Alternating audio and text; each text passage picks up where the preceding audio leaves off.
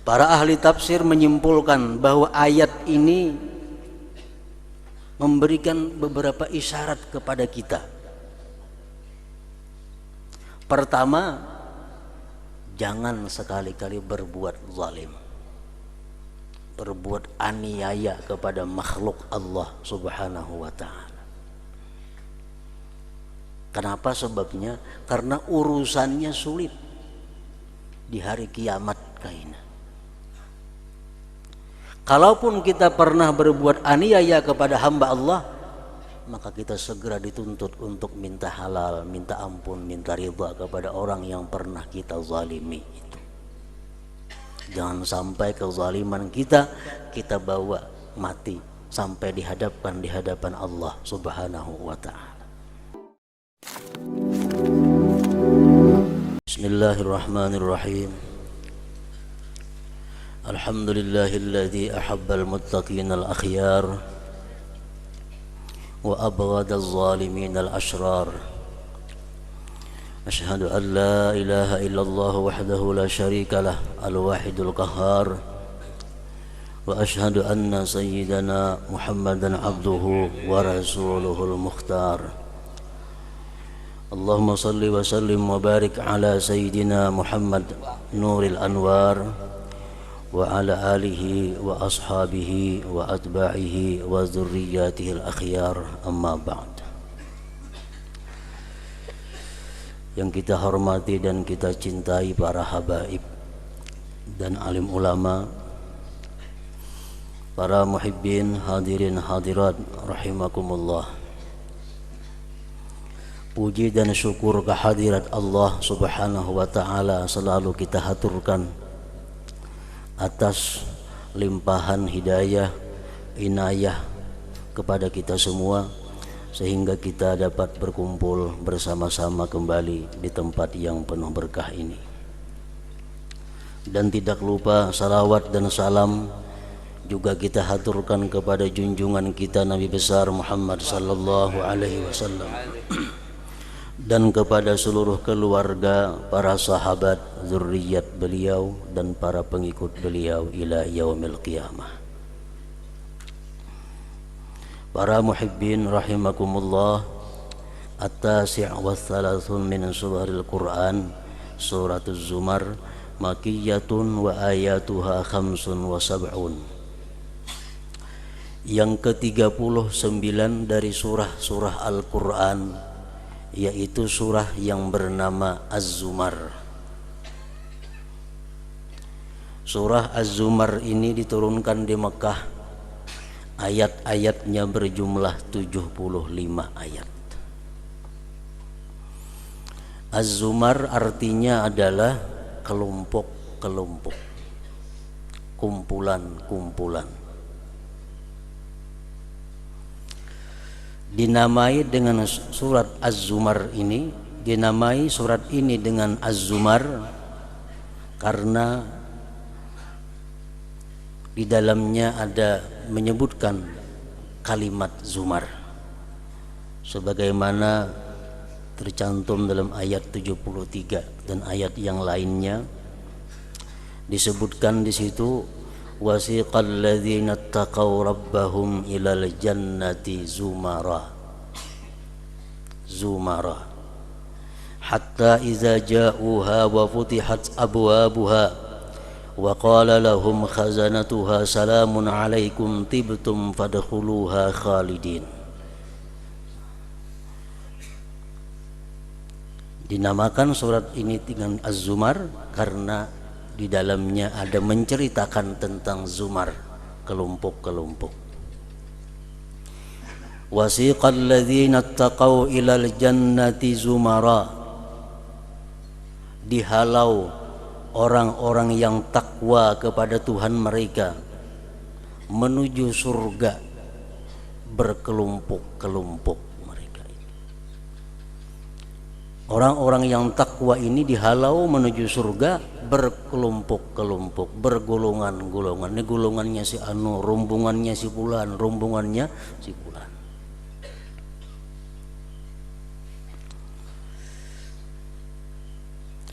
Para ahli tafsir mengatakan kenapa sebabnya di situ Allah berfirman dengan dihalau orang-orang yang takwa menuju surga. Dihalau itu bahasa kita apa? Dihandar. Bahasa kita dihandar. Masukkanlah, kasih masukkanlah, kasih masukkan. Nah itu ngarannya wasiqah. Kenapa sempat dihandar macam itu orang takwa ini masuk ke dalam surga? Basalang dihandar hanya mau masuk ke dalam surga.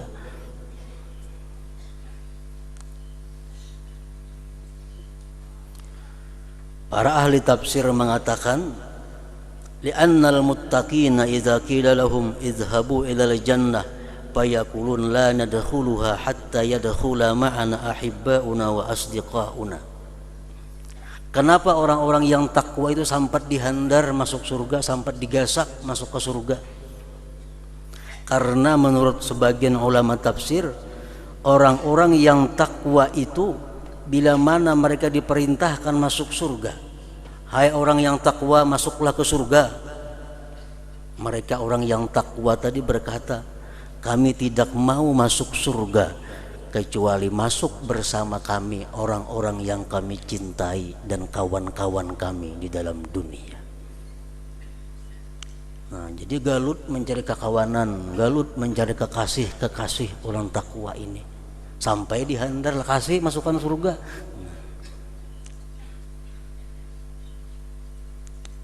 Jadi orang yang takwa itu mereka tidak akan masuk surga sendiri. Mereka pasti akan mencari orang-orang yang mereka cintai di dalam dunia. Mereka akan mencari kawan-kawan mereka untuk masuk ke dalam surga berkelompok-kelompok tadi.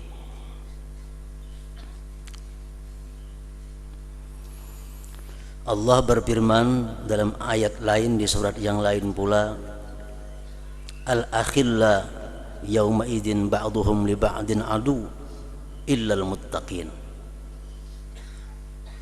Persahabatan, pertemanan di dalam dunia nanti di akhirat akan menjadi permusuhan, saling menjauh, saling lari satu dengan yang lainnya, kecuali persahabatan, perkawanan dengan orang-orang yang takwa kepada Allah Subhanahu wa ta'ala. Artinya kawan kita berdagang di dunia, kawan kita berkongsi di dunia, di akhirat kayaknya musuh kita. Kawan kita berpandiran hari-hari, kawan kita bergaul tiap hari, di akhirat kayaknya musuh kita. Kawan yang bisa diandalkan sampai hari kiamat, sampai akhirat, hanyalah berkawan dengan orang-orang yang takwa kepada Allah Subhanahu wa ta'ala. Karena orang yang takwa itu mereka tidak akan masuk surga sendiri, mereka akan mencari orang-orang yang pernah mereka cintai, orang-orang yang pernah mereka kawani di alam dunia dahulunya. Inilah untungnya orang-orang yang berkawan dengan orang-orang yang takwa kepada Allah Subhanahu wa ta'ala. Para ulama mengutip perkataan dari para ulama yang lainnya, disebutkan dalam kitab Al-Mashra'ur Rawi, man sahibal akhyar sara minal akhyar wa in kana minal asrar, wa man sahibal asrar sara minal asrar wa in kana minal akhyar. Artinya, barang siapa bersahabat dengan orang yang baik, barang siapa bersahabat dengan orang yang takwa, dia pasti akan jadi orang baik, walaupun dia dahulunya orang yang jahat. Orang ini jahat, orang suka maksiat, tapi ketujuh bakawan lawan orang nang salihin, ketujuh bakawan orang nang takwa, ketujuh bakawan orang nang takut kepada Allah. Orang ini pasti nantinya akan menjadi baik. Wa man sahibal asrar sara minal asrar wa in kana minal akhyar. Barang siapa suka berkawan orang-orang jahat, suka berkawan orang-orang yang zalim, dia pasti akan jadi orang jahat juga, walaupun dia orang yang baik. Walaupun kita ini baik, walaupun kita ahli ibadat, kita ahli menuntut ilmu, tapi kita berkawan orang kada baik, kekawanan kita pasti jadi orang kada baik juga satu saat nantinya. Para muhibbin rahimakumullah, wasiqal ladzina ittaqaw rabbahum ilal jannati zumara hatta idza ja'uha wa futihat abwabuha wa qala lahum khazanatuha salamun alaikum tibtum fadkhuluha khalidin. Dihalau orang-orang yang takwa kepada Tuhan, mereka itu menuju surga berkelompok-kelompok, sehingga bila mereka datang ke pintu surga, dibukakan pintu surga itu dan berkata bagi mereka itu para penjaga surga, salamun alaikum tibtum, salam sejahtera atas kalian wahai penghuni surga. Padkhuluha, maka masuklah kalian ke dalam surga, khalidin, kekal selama-lamanya. Dari Imam Ali karramallahu wajhah disebutkan, kana ala babil jannah syajarah yanba'u min saqiha aynani yashrabul mu'minuna min ihdahuma fatadhuru ajwafuhum thumma yaghtasiluna min al-ukhra fatatibu absyaruhum. Sebelum penghuni surga ini masuk ke dalam surga, di depan pintu surga itu ada sebuah pohon yang memancar dari batang pohon itu 2 pancaran mata air. Minum orang-orang yang beriman daripada 1 pancaran mata air tadi, maka bersihlah perut mereka. Kemudian mereka orang beriman tadi mandi dari pancaran air yang lainnya, maka baiklah kulit-kulit mereka. Nah, sesudah orang yang bakal menghuni surga ini mandi dan minum dari pancaran air pohon tadi, lalu malaikat tadi berkata, salamun alaikum tibtum fadkhuluha khalidin. Para muhibbin rahimakumullah, itulah sebabnya surat yang ke-39 ini disebut Az-Zumar tadi, karena ada menceritakan tentang Zumar. Sebagaimana surah-surah yang lain, surat Az-Zumar pun banyak memberikan petunjuk kepada kita. Di antaranya firman Allah Subhanahu wa taala ayat 47-48 dalam surat Az-Zumar, walau anna lilladzina zalamu ma fil ardi jami'an wa mithlahu ma'ah laftadaw bihi min su'il azabi yaumal qiyamah wa badalahum minallahi ma lam yakunu yahtasibun wa badalahum sayyi'atu ma kasabu wa haqa bihim ma kanu bihi yastahzi'un. Allah berfirman, andai kata bahwa bagi orang-orang yang zalim itu memiliki bumi dan sekali lipat lagi bumi, niscaya mereka tebus dengannya itu daripada kejahatan azab yang mereka terima pada hari kiamat nantinya. Andai kata orang yang berbuat zalim di dunia tuh berisi harta kayak bumi ini luasnya, ditambah sekali lipat lagi, mereka tebus asal jangan masuk neraka. Asal jangan masuk neraka. Andai kata kau membayar di situ bayarannya seisi bumi, ditambah sekali lipat lagi, asal jangan ke neraka, laftadaubi, niscaya mereka akan menebusnya. Cuma Allah berfirman walau andai kata, artinya kada mungkin ada, daripada dahsyatnya azab yang mereka terima di hari kiamat bagi orang-orang yang zalim itu. Wa badalahum minallah ma lam yakunu yahtasibun, dan tampaklah bagi mereka dari Allah sesuatu yang dahulunya mereka tidak membayangkannya.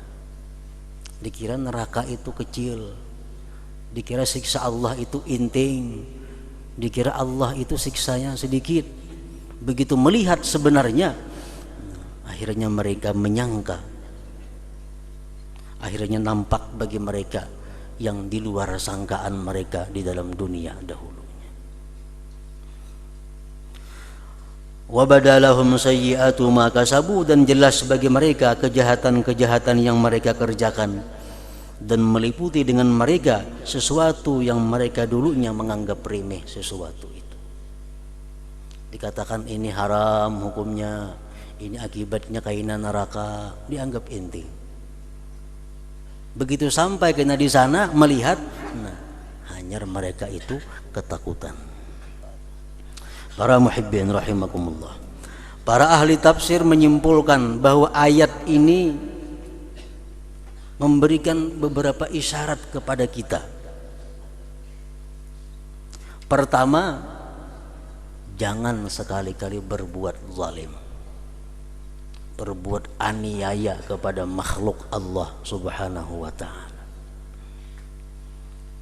Kenapa sebabnya? Karena urusannya sulit di hari kiamat kaina. Kalaupun kita pernah berbuat aniaya kepada hamba Allah, maka kita segera dituntut untuk minta halal, minta ampun, minta ridha kepada orang yang pernah kita zalimi itu. Jangan sampai kezaliman kita bawa mati sampai di hadapan Allah Subhanahu wa ta'ala. Contoh kezaliman banyak banget contohnya, seperti menggibah orang. Orang yang menggibah seseorang, dia adalah orang yang zalim. Orang zalim karena dia menganiaya pribadi orang.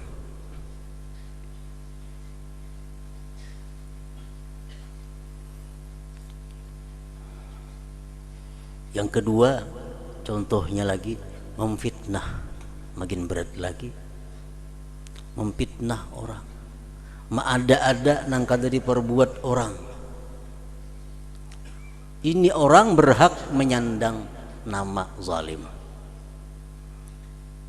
Memfitnah, meuluk-uluk, menghinakan,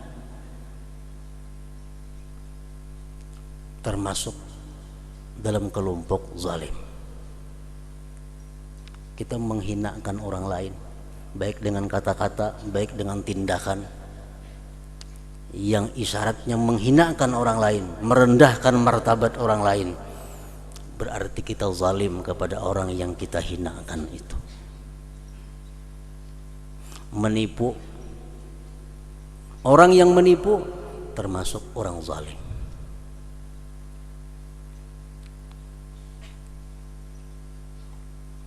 Menyembunyikan cacat pada jualan, menyembunyikan aib pada barang jualan, zalim. Barang pakaian pada akan hanyar, zalim.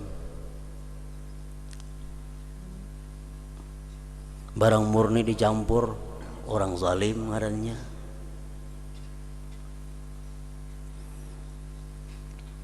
Mengurangi takaran, timbangan, ukuran, termasuk orang zalim. Mencuri, merampok, orang zalim ngarannya. Memakai hak orang lain tanpa izin atau menyalahi izin, minjam pun orang kada bepadah, kita jadi orang zalim.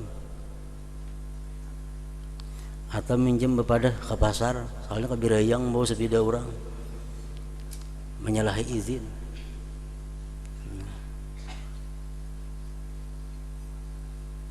Berarti termasuk zalim, aniaya, menyalahi izin.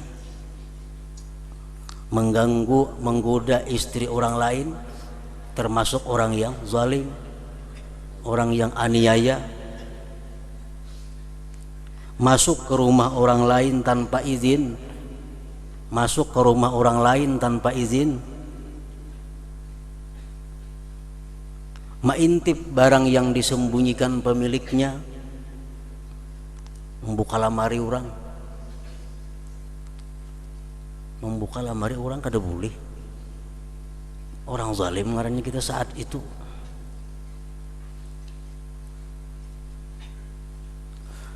Mengintip pendengaran yang dirahasiakan orang berunding bepandiran beampat menelinga dibuncu.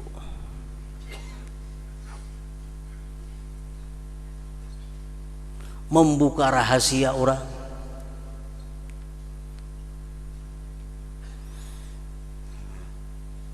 gawian orang yang zalim.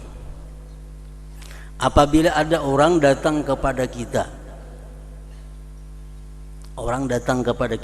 menyampaikan satu masalah kepada kita. Masalah yang disampaikannya tadi adalah ngarannya itu rahasia. Baik inya bepasan atau kada, kita berkewajiban kada boleh mengungkai pemandiran ini kepada orang lain. Maginnya yang dipasaninya, tolong jangan disampaikan siapa-siapa. Maginnya lagi, andai kata inya tuh kada bepasan, kah itu sudah rahasia ngarannya. Kada boleh dikisahkan masalah yang disampaikan orang kepada kita, walaupun kepada anak kita, kepada bini kita, kada boleh. Bila kita sudah menyampaikan masalah orang pada kita, kita sampaikan kepada orang lain, kita sudah membuka rahasia, kita zalim ngarannya.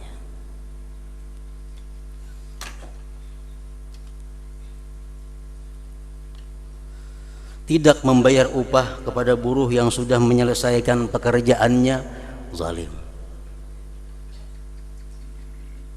Perempuan yang durhaka kepada suaminya, zalimah ngarannya. Perempuan yang keluar tanpa izin suaminya, zalimah ngarannya. Itulah contoh-contoh yang membuat seseorang dicap Allah sebagai zalim. Nah, apabila kita kada bertobat kepada Allah dengan kezaliman tadi, amal ibadah kita belum bisa diterima Allah Subhanahu wa ta'ala. Allah melarang orang-orang yang zalim kepada Allah, baik kepada makhluk Allah. Allah melarang orang-orang yang zalim kepada makhluk Allah untuk menyebut nama Allah. Barang siapa orang-orang yang zalim menyebut namaku, kata Allah, aku sebut namanya dengan laknatku.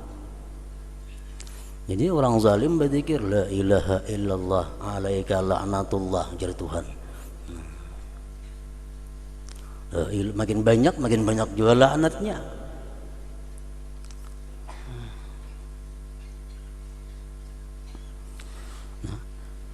Ayat 47 dalam surat Az-Zumar ini pertama menghimbau kepada kita agar jangan sampai sekali-kali berbuat aniaya kepada hamba Allah Subhanahu wa ta'ala. Sebabnya apa? Disebut orang zalim karena dia tidak cukup kalau tobatnya hanya kepada Allah tanpa minta halal kepada orang yang dia zalimi itu. Ada cukup. Kita pernah minjam sepeda orang kada bepadah, berarti kita zalim. Istighfar, astagfirullahalazim, kada cukup kalau kada kita datangi ampun sepeda, minta maaf, minta ridha. Nah tadi minjam sepeda ikam kada bepadah, mau ikam kada maridai ku ganti berapa bayarannya, kayak itu maka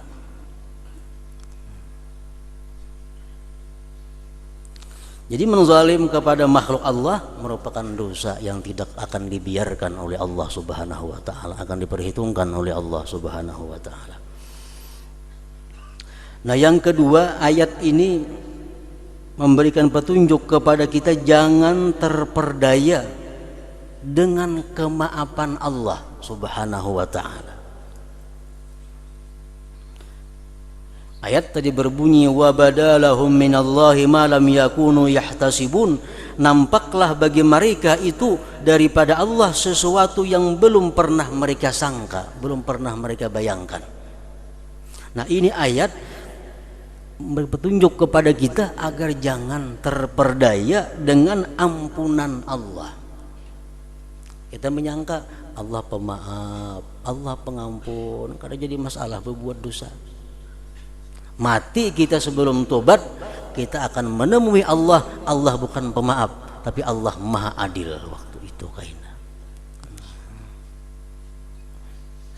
Jadi jangan perdaya, tertipu dengan nama-nama Allah seperti pengampun, Allah itu pemaaf, Allah itu maha itu. Jangan terperdaya, karena syaitan membujuk kita. Setiap kali kita hendak melakukan maksiat, syaitan membisiki Allah tuh maha pengampun, Allah maha pemaaf. Nang berat pada itu gini, maafi Tuhan pelagi nang itu yang dosanya gawiha. Nah, padahal firman Allah Subhanahu wa taala, wa inni ghaffarun liman taba wa amana wa amila shalihan tsumma ihtada. Allah itu pengampun bagi orang yang tobat, bagi orang yang beriman, beramal saleh. Amun orang berbuat dosa, berharap ampunan Allah, nah ini ngarannya terperdaya. Begitu dia mati di hadapan Allah, dia akan menjumpai Allah bukan maha pengampun tapi maha adil. Jangan terperdaya dengan keelokan Allah, keramahan Allah, kasih sayang Allah. Kalau selama ini kita disihatkannya, selama ini urusan kita dilancarkan Allah, harta rezeki dimurahkan Allah, jangan terperdaya. Jangan mengambil kesimpulan bahwa aku disayang oleh Allah. Jangan macam itu kesimpulannya. Orang yang rezekinya luas, awaknya sihat, urusannya mudah, itu bukan jaminan orang tersebut disayangi Allah Subhanahu wa taala. Bahkan itu bisa merupakan sesuatu istidraj atau lanjuran dari Allah Subhanahu wa taala untuk menambah banyak dosa orang tersebut.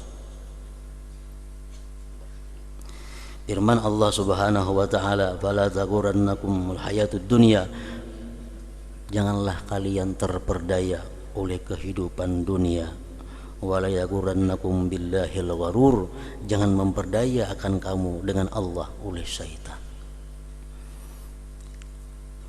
Para muhibbin rahimakumullah, seorang beriman yang bijaksana adalah orang yang bisa memadukan antara Allah itu maha pemaaf dan Allah itu maha gagah perkasa. Allah maha adil, Allah maha bijaksana. Kalau orang hanya belajar, hanya mengetahui, memperdalam Allah itu maha pemaaf aja, akhirnya dia akan terperosok, terperdaya oleh syaitan sehingga dengan mudah melakukan maksiat kepada Allah Subhanahu wa taala. Nah, wa badalahum minallah ma lam yakunu yahtasibun. Kemudian selanjutnya surat Ghafir. Ila hadratin Nabi sallallahu alaihi wasallam. Al-Fatihah.